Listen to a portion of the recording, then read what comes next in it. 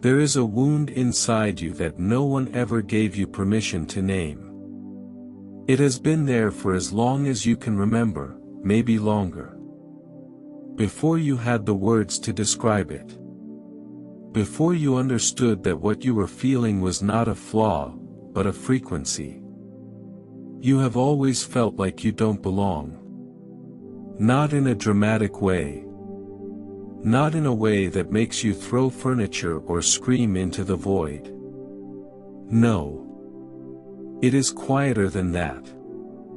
It is the kind of feeling that sits in the back of your chest like a stone, the kind that makes you smile at a dinner table full of people while something inside you whispers. This is not your home. And you have carried that whisper your entire life. You carried it through childhood, when the other kids seemed to play without thinking, and you were watching. Always watching. Feeling too much. Thinking too deeply. Noticing things that no one else seemed to notice. The way a teacher's smile did not match her eyes. The way your friend said, "I'm fine," but their voice cracked on the last syllable. The way the whole room could be laughing, and you could feel the sadness underneath it like an underground river that only you had the ears to hear. You carried it through school hallways, where you tried to fit in. God, how you tried. You changed your clothes. Changed your humor. Changed the way you walked. Changed the music you listened to. You studied the social rules like a foreign language because for you, it was a foreign language. Everyone else seemed to have been born knowing the steps to a dance that no one ever taught you. And the hardest part, the part that still aches when you think about it, is that for a long time, you believed the problem was you. You thought there was something fundamentally defective in your wiring. Something missing. Some essential piece of the human experience that everyone else received at birth and you somehow didn't. And so you spent years trying to fix yourself. Trying to become someone who could just be normal. Who could just enjoy the party without analyzing the energy in the room. Who could just exist without the constant, relentless awareness that everything around you is temporary and fragile and aching to be understood. Let me tell you something that is going to change the way you see your entire life. You were never broken. You were never wrong. You were never too much or too sensitive or too intense. You were placed here, deliberately, carefully, precisely, like a flame set down in a room full of shadows. And the shadows did what shadows always do when the light arrives. They recoiled. They pushed back. They tried to make the light believe it was the darkness. But you are not the darkness. You never were. Chosen one, I need you to hear me when I say this. I need you to let these words bypass the walls you have built around your heart and reach the place inside you that has been waiting to hear this since before you were born. The isolation you have felt, the loneliness that has followed you like a second shadow, the way you have always been on the outside of every circle, every group, every gathering, that was not rejection. That was protection. The universe was not punishing you. It was quarantining you. Setting you apart. Keeping you at a distance from the very things that would have diluted your purpose, dimmed your light, made you forget why you came here in the first place. I know that does not make the pain go away. I know that knowing the reason behind the wound does not instantly heal it. But understanding is the first thread you pull to unravel the lie you have been living inside. And the lie is this, that belonging to the world is the same as belonging to your purpose. It is not. It never has been. And every prophet, every healer, every visionary who has ever walked this earth has stood in the exact same place you are standing right now. Alone. Misunderstood. Wondering if the fire inside them was a gift or a curse. It is a gift. I promise you. It is the greatest gift you will ever carry. Think back to your childhood for a moment. Really think. Were there moments when you said something simple, something true, and the room went quiet? Not because it was wrong, but because it was too right. Too honest. Too clear. And the adults around you shifted in their seats, changed the subject, told you to stop asking so many questions. Maybe you asked why people said things they did not mean. Maybe you pointed out that someone was lying and the whole room turned against you, not because you were wrong, but because you broke the unspoken rule. The rule that says we all agree to pretend. We all agree to keep the surface smooth, no matter what is rotting underneath. You learned early that your truth made people uncomfortable. So you did what any intelligent, sensitive child would do. You buried it. You built a version of yourself that was acceptable, palatable, safe. But that version was never you. It was a mask. A costume. A survival mechanism. And every single day you wore it, a part of you was suffocating. A part of you was screaming in a language that no one around you could hear. Maybe it showed up in friendships. You had friends, sure.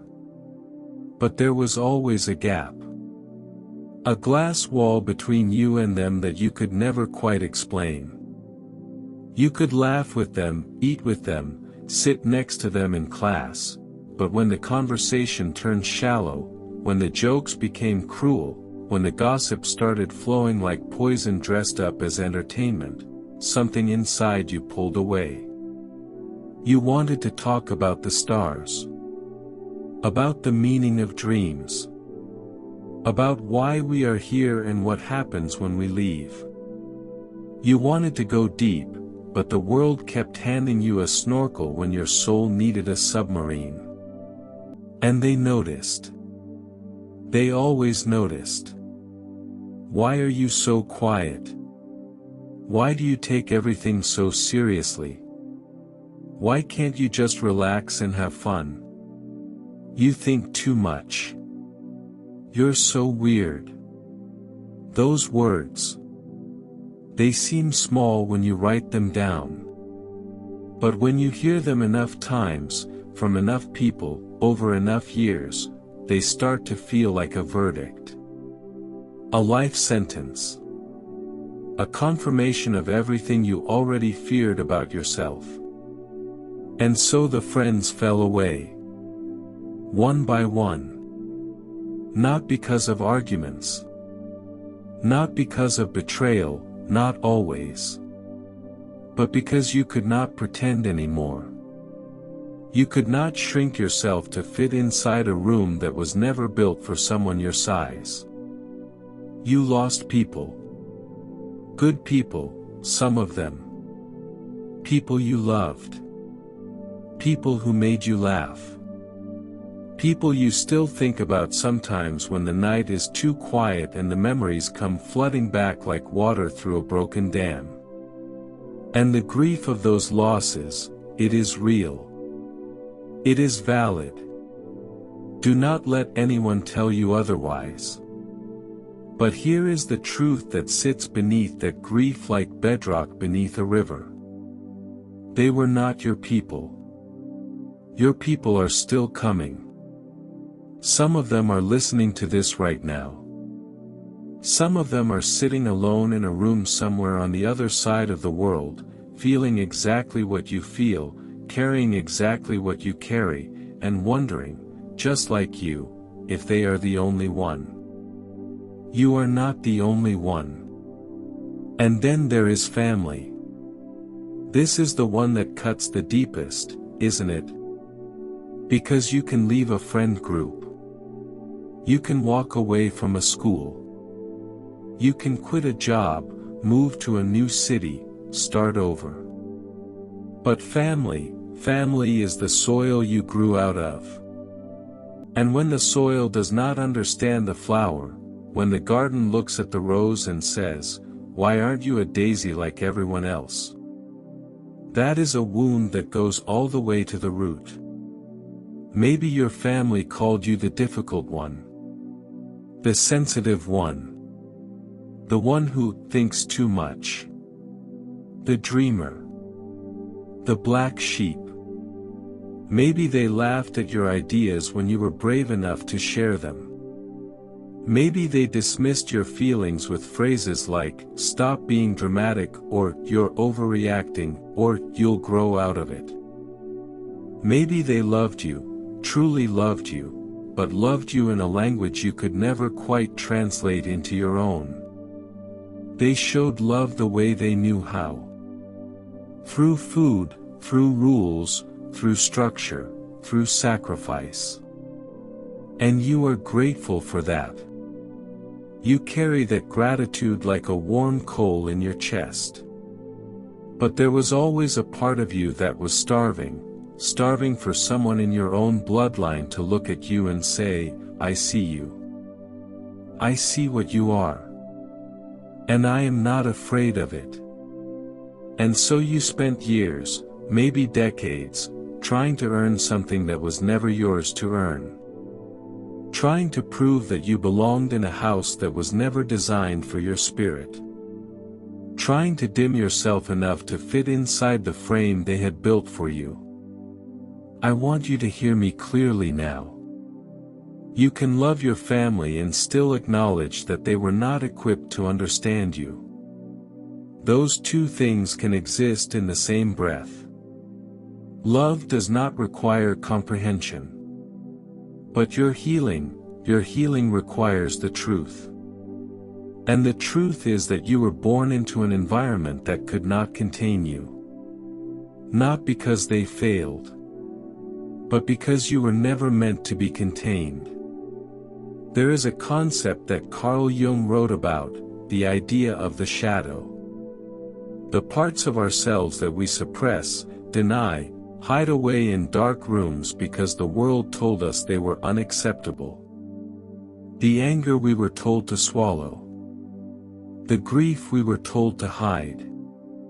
The power we were told was dangerous. The knowing we were told was arrogance.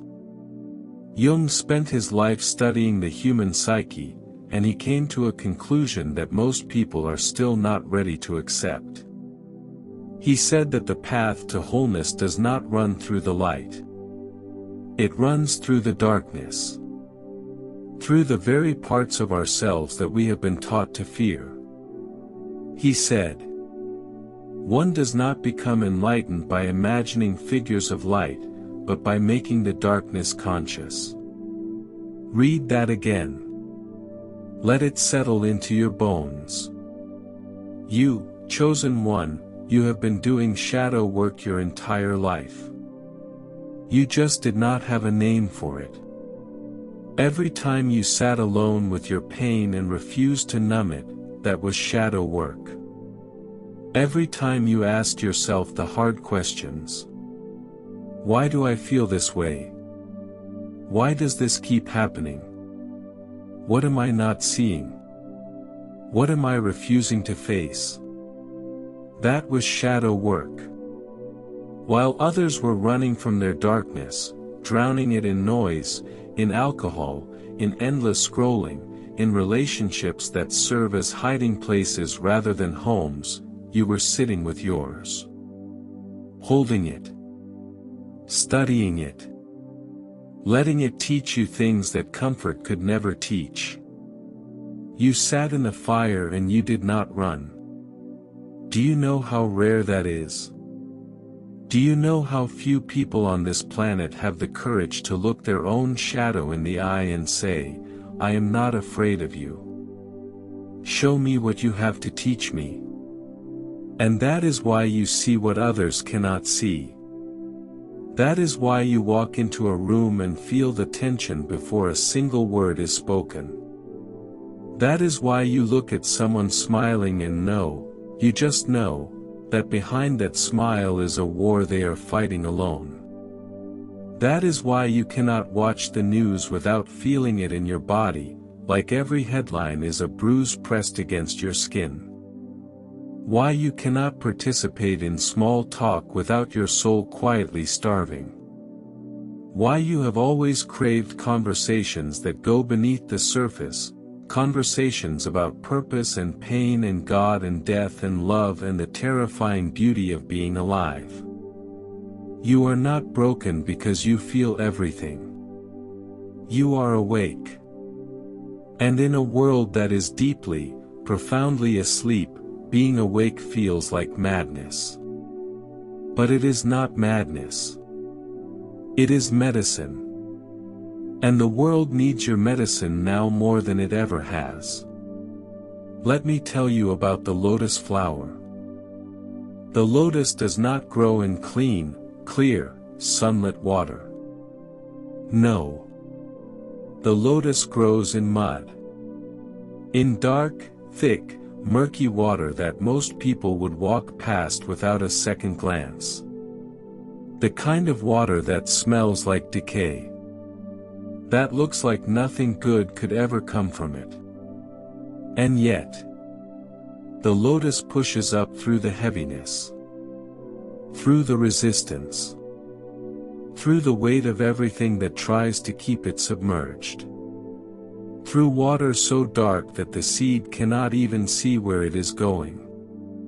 It grows on faith, on the deep, ancient knowing that the light is above, even when it cannot be seen.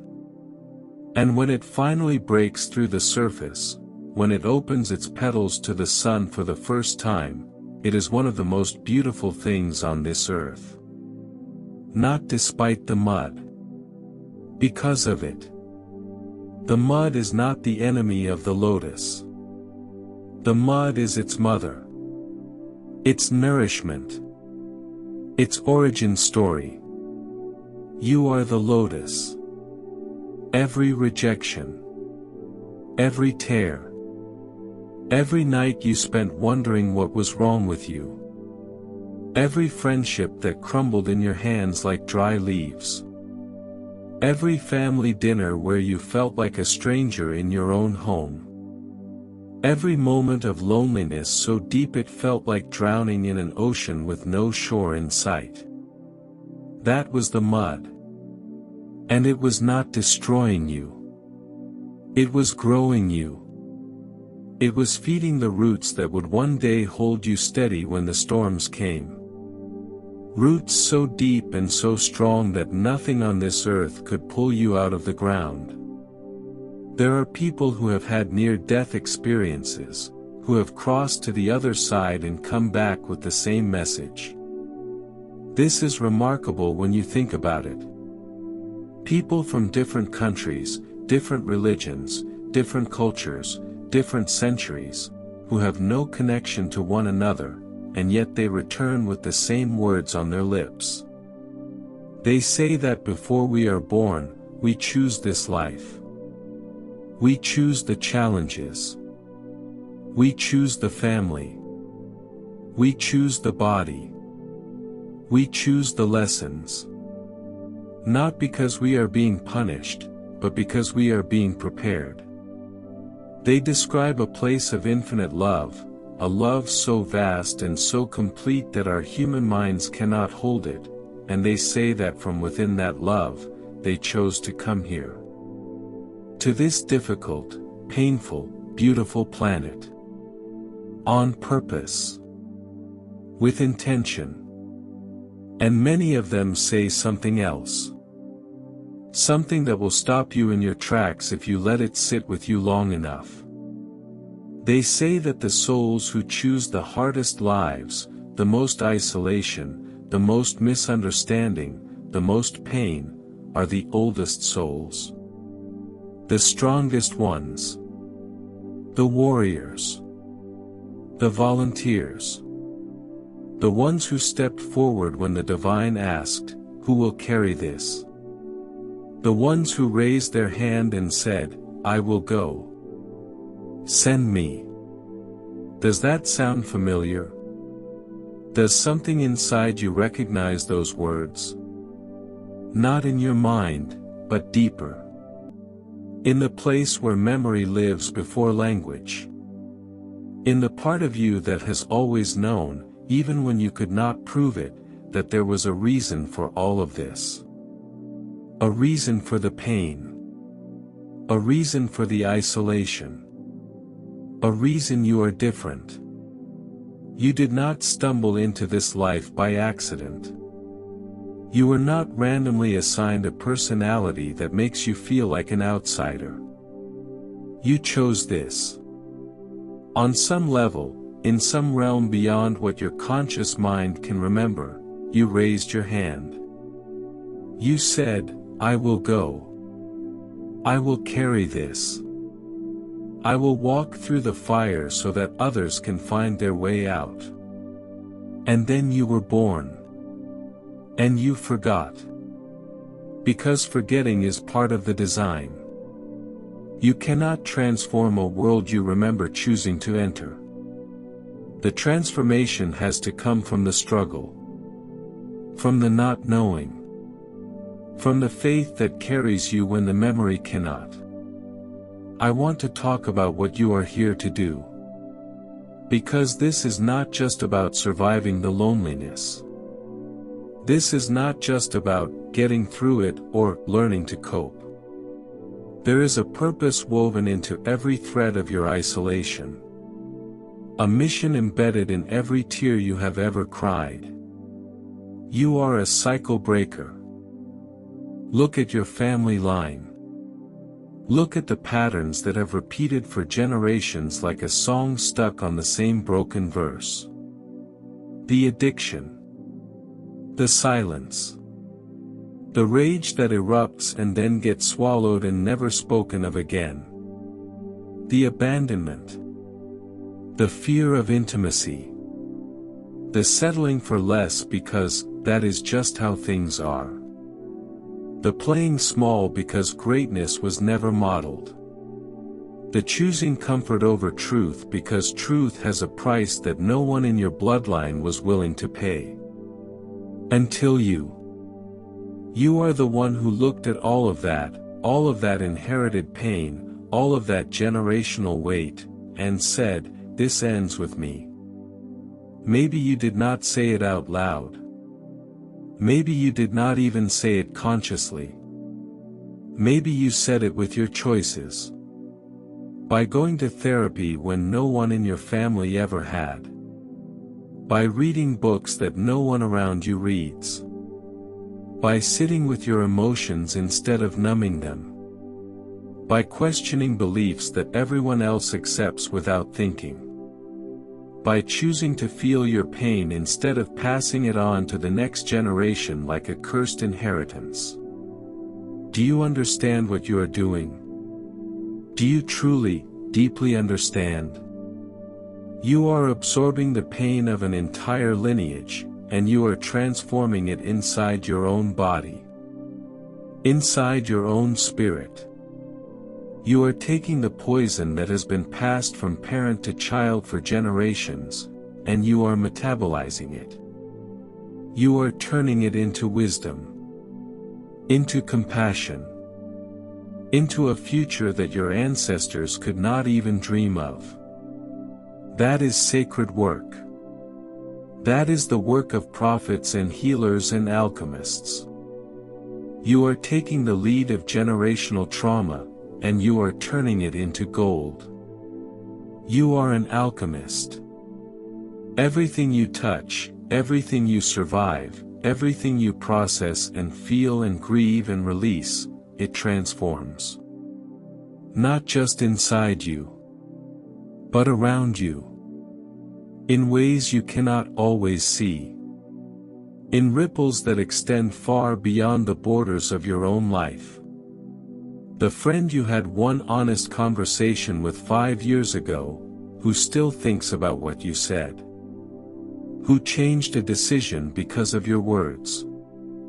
The stranger who watched how you carried yourself in a moment of pain, who saw you choose grace when you had every right to choose bitterness, and found strength they did not know they had. The child in your family who sees you living differently and quietly, secretly, decides they want to live that way too. Decides that another way is possible because they watched you prove it. You are changing the world. Not with a megaphone. Not with a platform or a title or a crown. Not with power in the way the world defines it. You are changing it the way water changes stone. Slowly. Persistently. Inevitably. Drop by drop. Year by year. Choice by choice. And one day you will look back and see the canyon you carved. And it will take your breath away. But here is where I need you to pay attention. Because this is the part where most chosen ones get stuck. This is the wall that stands between you and the fullness of your purpose. You have spent so long apologizing for who you are. Apologizing for your sensitivity. Apologizing for your intensity. Apologizing for your need for depth, for meaning, for truth. Apologizing for not being able to just go along with the program. For not being satisfied with the surface. For needing more. Apologizing for the way you love, too deeply. For the way you feel, too strongly. For the way you see, too clearly. For the way you think, too honestly. Stop. Stop right now. Stop apologizing for being fire in a world that is afraid of warmth. Stop dimming your light because it makes other people squint. Stop folding yourself into smaller and smaller shapes because the rooms you are in have low ceilings. The room is too small. You are not too big. Let me say that again because your soul needs to hear it. The room is too small. You are not too big. You have been standing in closets your whole life, hunching over, bending your neck, pulling your elbows in, trying to make yourself fit. And the whole time, there was an ocean outside with your name written in the waves. A sky above you with enough space for your wings to fully extend. You do not need to fit. You need to fly. I know you are tired. I know there are days when the weight of being different feels unbearable. Days when you look at other people and think, it must be so easy to not feel everything, to not question everything, to just exist, to just float along on the surface without ever wondering what is underneath. And those days are hard. I will not pretend they are not. I will not wrap this in false positivity and tell you the journey is beautiful every step of the way. Some steps hurt. Some days the mud is up to your neck and the surface feels like it is 1,000 miles above you. But I will tell you something that the weariness does not want you to know. You are closer than you have ever been. The loneliness you feel right now, it is not permanent. It is a hallway. And hallways are not meant to be lived in. They are meant to be walked through. They exist between the room you are leaving and the room you are about to enter. There is a door ahead of you. And behind that door are the people who speak your language. The tribe you have been searching for your entire life. The connections that do not require you to shrink or perform or pretend. The love that does not ask you to amputate parts of yourself just to be accepted. It is coming. It is closer than you think. And every step you have taken through the darkness, every tear, every sleepless night, every moment of doubt that you survived, has been bringing you closer to that door. Do not stop now.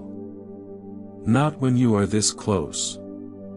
You know, there is a verse that says, "Before I formed you in the womb, I knew you. Before you were born, I set you apart." Set apart.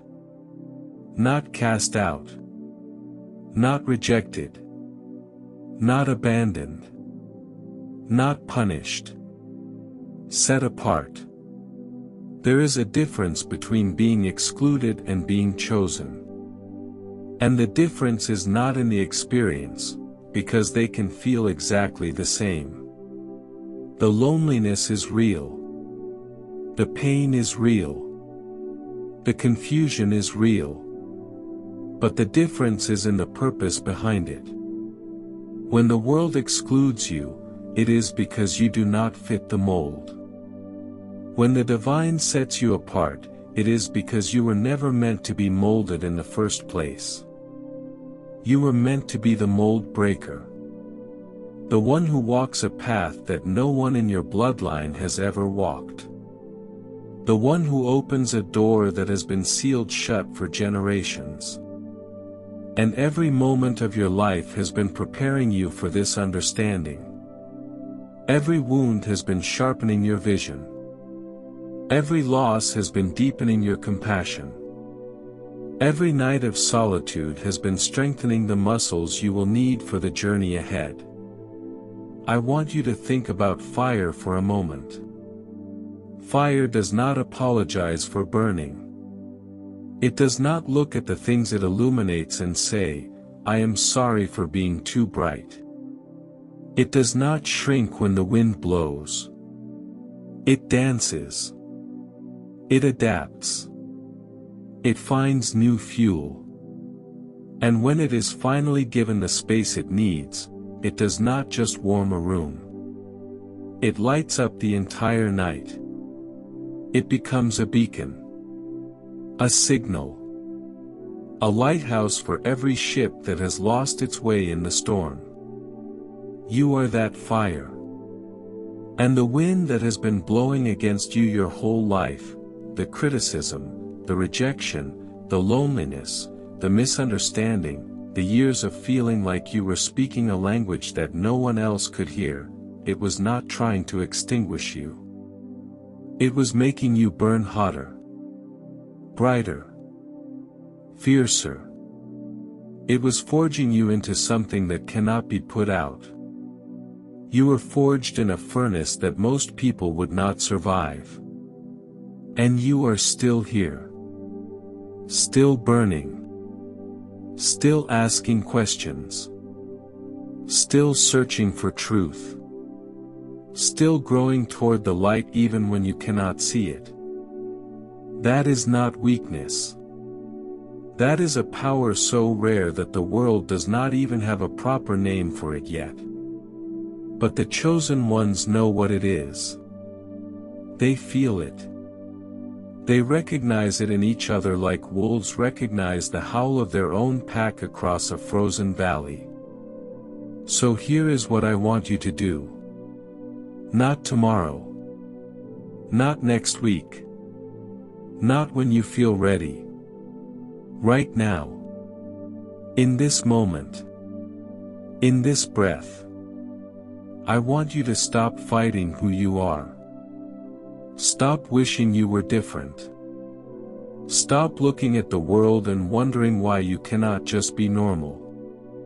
Stop asking God or the universe or whoever you pray to make you like everyone else. Normal was never your assignment. Your assignment is to be fully, unapologetically, fiercely yourself. To let your light burn at its natural intensity without asking permission. To walk into rooms and take up the space that your spirit requires, not 1 inch less. To speak the truths that others are too afraid to whisper. To love with the depth that terrifies people who have only ever known the shallow end. To trust the path that was laid for you before you took your first breath. You were not sent here to blend in. You were sent here to stand out. And every single moment of isolation, every single wound, was the universe carving you into the exact shape you need to be for the work that lies ahead. The caterpillar does not know it is becoming a butterfly. Inside the cocoon, all it knows is darkness. Dissolution. The feeling of everything at once was falling apart. Cell by cell. Memory by memory. Identity by identity. If the caterpillar could speak, it would say, "I am dying. Everything I was is disappearing. I am losing myself." And it would be right. The caterpillar is dying. But what it cannot see, what it cannot possibly understand from inside the cocoon, is that the dying is the becoming. You are in your cocoon. Or perhaps you are just beginning to emerge from it. Perhaps you can feel the first crack of light coming through. Perhaps you can sense that something is shifting, inside you, around you, in the very fabric of your reality. Either way, trust the process. Trust the darkness. Trust the dissolution. Trust that what feels like an ending is actually the beginning of something so magnificent that your current self cannot even imagine it. And know this. You are not alone. You have never been alone. Even in the moments when the silence was so loud it felt like it would swallow you whole, you were held. By something larger than your pain. By something older than your doubt. By a love so vast and so patient that it has been waiting for you since before time had a name. The divine is closer to you than your own heartbeat. And every chosen one who has ever walked this earth, every mystic, every prophet, every healer who turned their suffering into a doorway for others, they are with you. In the fire of your spirit. In the quiet courage that gets you out of bed on the days when the world feels too heavy to face. You are the chosen one. Not because you are better than anyone else. Not because you are more deserving. But because you said yes. Before you were born, in a place you cannot remember, with a courage you cannot fathom, you said yes. Yes to the pain. Yes to the isolation. Yes to the fire. Yes to the mud. Yes to the long nights and the empty rooms and the ache of being misunderstood by the very people you love the most. You said yes because you knew, somewhere deep in the ancient chambers of your soul, you knew that the world needed what only you could bring. And now the world is ready for you.